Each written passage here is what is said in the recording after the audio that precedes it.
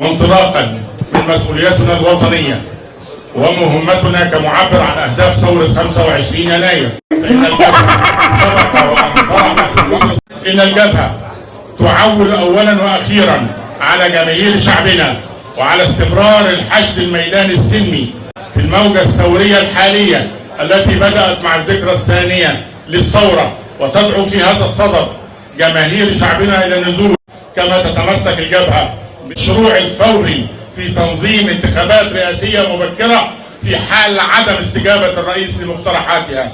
فنحن على أتم استعداد لأن نشارك في هذا الحوار، وإنما لن نشارك في حوار خالي من المضمون ويهتم بالشكل أكثر من أي شيء آخر. لدينا مصداقية مع الشعب المصري وسنحافظ على مصداقيتنا. باختصار، لن نذهب إلى حوار اليوم، سنبعث برسالة للشعب المصري.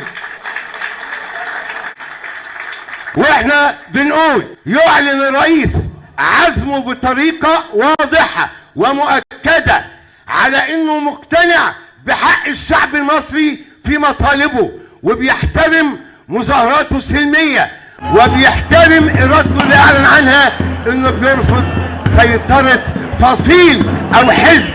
أننا جميعا في جبهة الإنقاذ نرفض الدعوة لحوار اليوم، ليس فقط لمجرد الرفض، ولكن لأن هذه الدعوة اللي كعبة كده وعنقك على طول قاعدة في البيت، ونام قاعدة البيت دي بتجيب بواسير. اسمع كلام.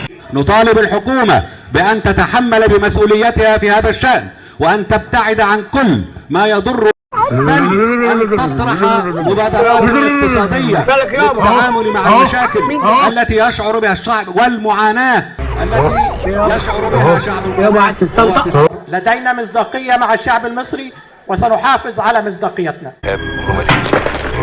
كل واحد يابا التلفزيون على الصوت يابا يابا يا لهوي. نحن مع كل حوار جاد له أجندة محددة. سيكي يا أمه التلفزيون يا واد، ما تخافيش يا واد. التلفزيون ايه الراجل عمال يجي لك كده، تجيله كده، ما تبعدوا عننا بقى، سووا الجنة.